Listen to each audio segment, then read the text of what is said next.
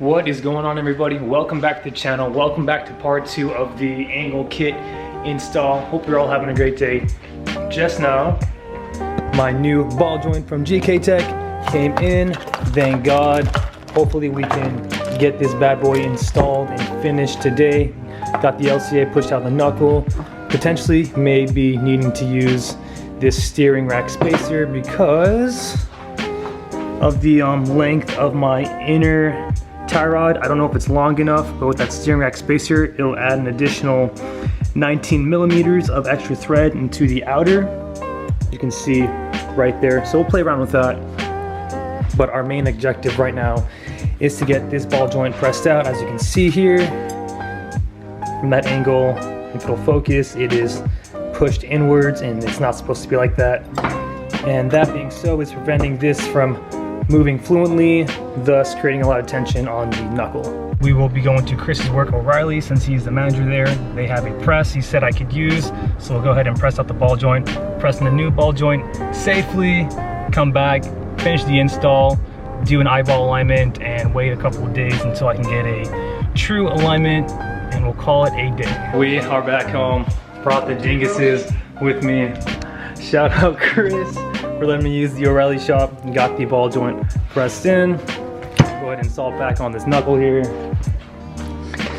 And we'll go ahead and readjust the tension arm, plug everything back in, put the caliper back on, and adjust the outer tie rods. Update, so we got everything attached. Tie rod, thank you Ben. Lower arms, thank you Brian. Now we're gonna test and adjust the steering bump stop.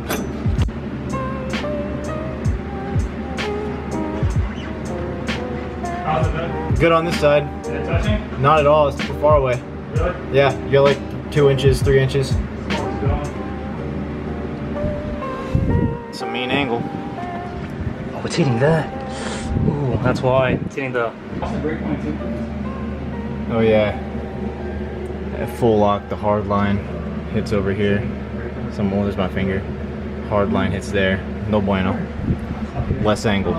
So what we're going to do, not in this video, but in another video, unless I can find a way around the brake line here, is just notch the J-arm on the bottom here, cut out this little square, and it should have adequate clearance to clear the brake line. Sweet, so we got the car finally on the ground. Look at the camber. Oh, sorry, Ben. And now look at the low. Dude, like, if I was gonna skin your tire, I wouldn't have to roll the fender. Pokes out almost evenly, though. This side is hella towed in.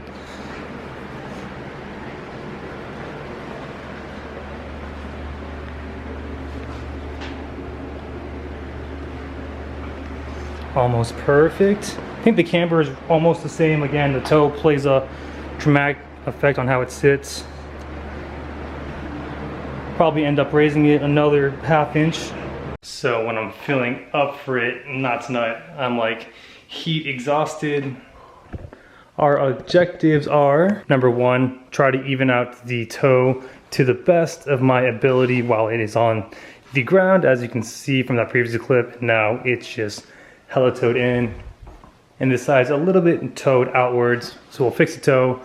Objective number 2, play with the caster. I think the driver's side caster is all right, and I matched it up to the passenger side, but we won't know until we put it on the alignment rack.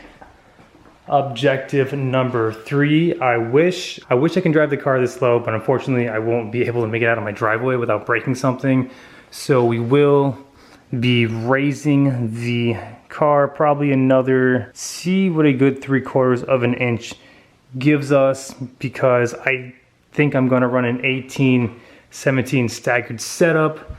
So this is generally how the car will sit when it's like 3/4 higher. And also when I get the BN kit towards the end of the year, the kit sits extremely low, and I can already tell you right now at how this sits now, kit will literally be touching the ground unless they run a full 18 set. So we'll do that. Objective number 4, I'm going to look into the forums and ask anybody else who's running this angle kit about that hard brake line clearance issue, and if anything, if it's safe, I am going to notch the J-arm so that when I'm at full lock, the hard line tucks right underneath, and then from there get in alignment within the next 3 to my next day off days. And once that's all done, we'll be good to go. Once we get the alignment knocked out, I can finally focus on installing the coil rad aluminum radiator, as well as the new silicone hoses and Nismo low temp thermostat.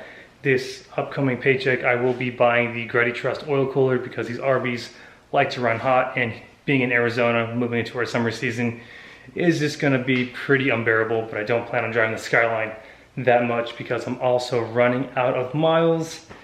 Also going to be looking into the Street Faction front bash bar because my front mount intercooler should be shipping out here pretty soon, and I don't really want to have to cut my front bumper support, but if I need to, if the bar isn't here on time, I'm going to have to do so. It is the next day and we are back with some good news. A big shout out to the boy Harry, who's all the way in New Zealand, for giving me all the advice and all the tips and tricks with the Gktech drop knuckle angle kit.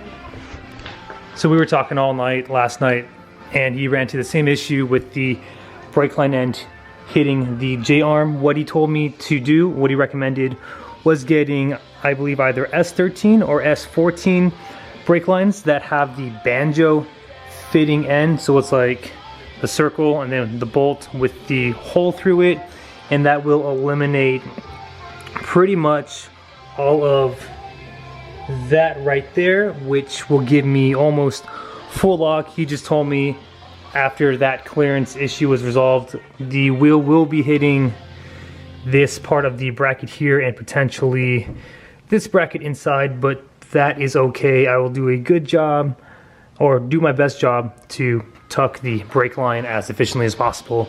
But for today, I'm just gonna go ahead and raise the car another, say, 1/2 inch to 2/3 of an inch. Want to play it by ear because I do want to drive this car low, but I can't have the rear too low because of my resonator down there. So I got to even everything out, and I want to only align this car one more time.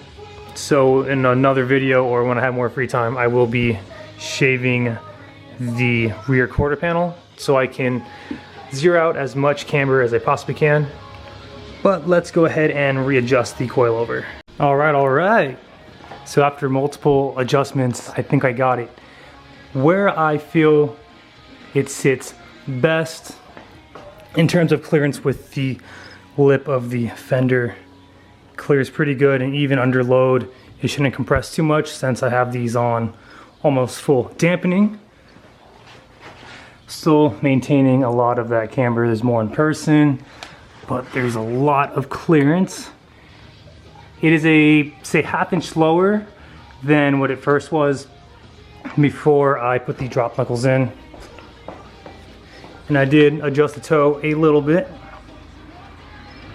I'm also accommodating too when I run 18s potentially, and like I mentioned in the previous clips, I will be running the D-Max 15mm fender as well. Other side, I like to think I got pretty, oh yeah, very spot on.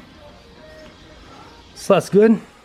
Hopefully I can maintain my weather guard. If not, you know, stance camera boys, we'll just have to remove that. So that's honestly going to conclude the angle kit install.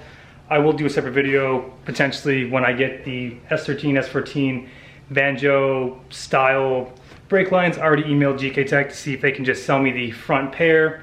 Cross my fingers that they will, because I bought a lot of stuff from them. Also, for my peace of mind, I'm going to order their extended inner tie rods.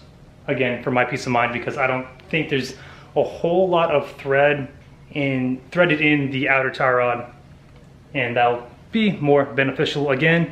And how would I end this video without showing you guys almost full lock? Check this out. Yeet!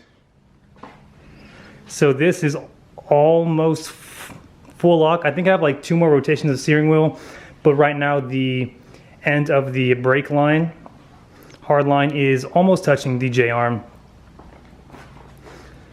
But that is quite a bit, guys. That's a lot more than what it ever was. Again, with this drop knuckle, already introduces 65 degrees of steering lock, and depending on your wheel offset and tire setup, you can achieve more. But again, I mean, I have 2 more rotations if I have the banjo line. But I am very, very impressed. Ooh, I cannot wait to get those banjo fitted lines and then actually take this thing out drifting. And here is the leading side. Again, a significant amount more of steering lock. Can achieve a lot more. Cannot wait to get the inner tie rod and the banjo fitted brake lines in. We are good to go. Then I can finally button up the rest of the skyline, get in alignment, and drive this car a little bit more. I have been considering taking it off classical car insurance just so I can drive it more, but I don't know how much insurance is going to be when it's just on full coverage. So again, that's going to conclude the video. Thank you all so much for your continuous love and support. And if you're new to the channel and want to hit the subscribe button, that would be awesome. And remember, aim high, drive low. We'll see you next video. Take care.